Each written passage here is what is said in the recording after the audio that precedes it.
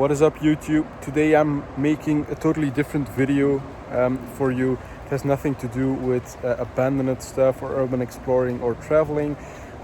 It's something completely different. I bought the new iPhone 11 Pro Max and I'm pretty curious what this iPhone can do, what a camera can do, because most of the people, I think, buy the Pro because of the camera.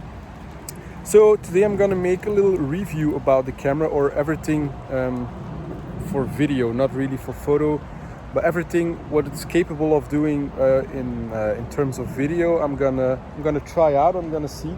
If you see my face in the videos like you do now, it's always filmed with the front face camera. So it's really the camera on the front side of the iPhone, just to give you an idea what quality it is. If I look to the screen, it looks quite alright, so I think that's okay. All the other images that will be shot are done with the rear camera, and I will use different kinds of angles, like the wide angle, the normal, and the zoom, the optical zoom lens, just to see what we can get out of this iPhone.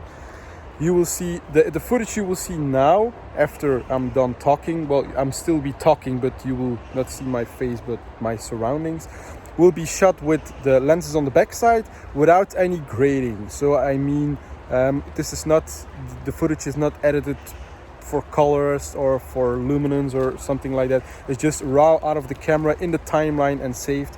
At the end of the video, you will see some cinematics that are shot with the same lenses on the back side of the camera, but graded in DaVinci Resolve. So where I correct a bit the lighting, the coloring. So just to give you an idea of what the footage is capable of in terms of dynamic range, in terms of coloring, yeah, stuff like that. So you get an idea like what can I achieve with this camera, what is possible and what isn't. So without further ado, as always, by the way, like the video. It's not abandoned, but still like it, still subscribe to me, and now let's go. So I start off directly. It has rained all day.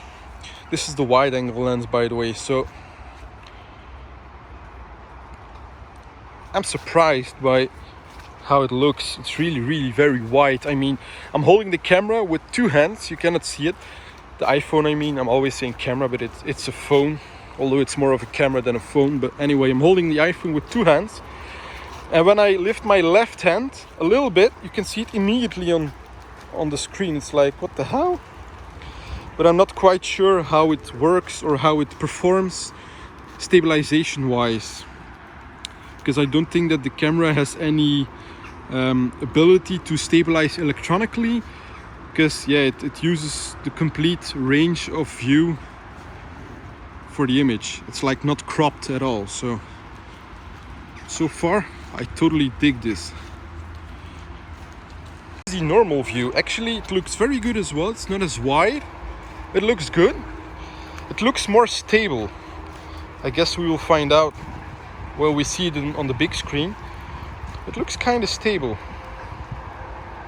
By the way, everything is shot on 4K resolution at 60p. So it is raining, or it was raining, but it's still raining a bit. But the camera is waterproof, so what do I care? Apart of getting sick, whatever.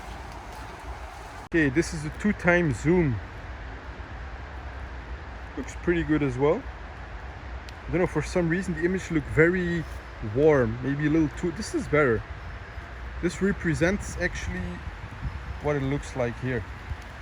Maybe it's a little darker in real life than it's looking at the camera. Wait, let me adjust it. Yeah, it looks a bit more like this for me.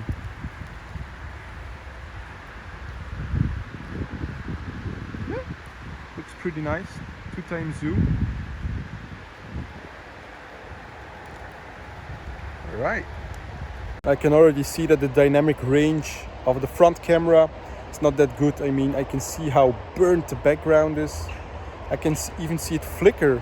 I don't know if the final image is like that as well. I can see it flicker, like it's bugging onto the very bright background. So anyway, what I was about to say, so I'm shooting all the other footage, not this one, but from the other cameras, or from the other lenses, in 4K 60p, which means that I will upload it to YouTube in 4K. If I'm not mistaken, the front face camera is 1080p, so you will see that the footage looks a little less good because yeah, it's 4 times smaller than the 4K. And I'm gonna try to include some slow motion footage as well, which is recorded in 1080p as well. So you will see a difference, I think, in quality, because I'm really mixing 1080p's and 4K images into one video. It will be exported to 4K, but 1080p stays 1080p. I can upscale it, but it will never be, of course, native 4K. So just for your info, so you don't get confused. When I'm at the wide angle zoom, the ultra wide angle, or the ×05 zoom option, everything looks very wide. But you can see, I think, when I'm walking, and because I'm closer to the ground, you can see it better.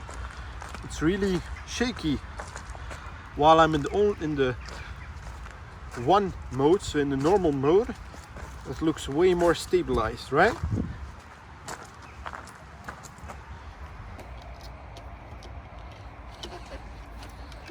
Wat hè? Dat was niet de bedoeling. Dat ging niks. Kan je daar een foto van maken? So whenever reviewing an iPhone 11 Pro Max, well, you gotta take everything with it. Even this chicken, she loves it already, so go ahead and buy it. So as you guys can see, it's already nighttime. It's like 8:30 p.m. and it's already getting dark. It's actually much darker than what the camera sees. I don't know. Yeah, whatever. This is the front face camera. We're going into a forest. I think it's really extremely dark, but we're gonna see. We have some flashlights, so we're gonna see how this camera performs from the backside. I changed the settings from 4K 60p to 4K 30p. Otherwise, yeah, it's a bit ridiculous to go film at nighttime when you're at 60p. So we're going to 30p now. So the frame rate is going down. We will not be able to get slow motion. But as from what I can see how dark it is, I would be happy to film anything at all. Okay, so there's not that much to see. So we came from there, which looks pretty okay. I'm gonna try to lock. Can I lock the focus? Autofocus lock, I hope. So you can see down there is a flashlight of my girlfriend, and it's really dark. I mean, you can barely see where I walk, so I'm gonna open my flashlight as well and turn it on. It looks quite all right. I mean, it looks like it performs definitely better as my 7 Plus.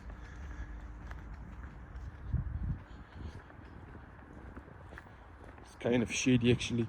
I mean, this forest is already a little bit shady from time to time, let alone going here at night. It's all good though.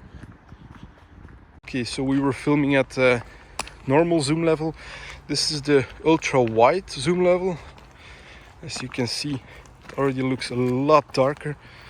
So lighting wise, the ultra wide angle is really not that good. You can barely see the flashlight.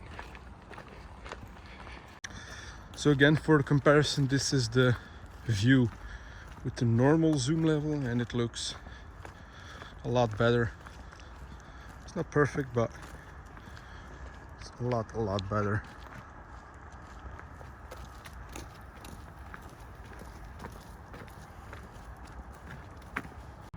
The normal night video looks better. I mean, normal light, I mean, like not in the pitch black. This is a normal zoom mode. This is the ultra wide zoom mode, so as you can see, it's again a lot darker actually. And this is a 2-time optical zoom mode, which looks quite okay as well.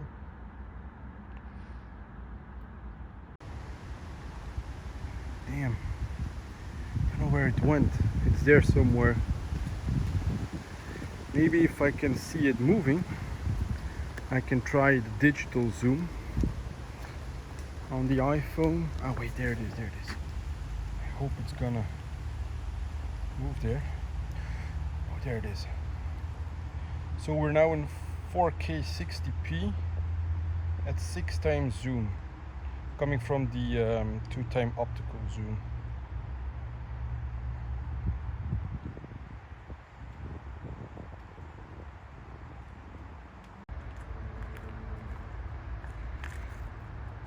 I'm again using digital zoom now.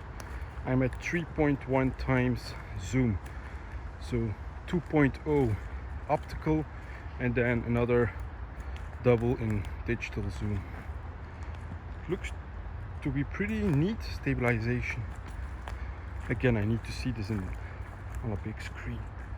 I noticed that you can make panorama shots like you were able to as from a long time ago.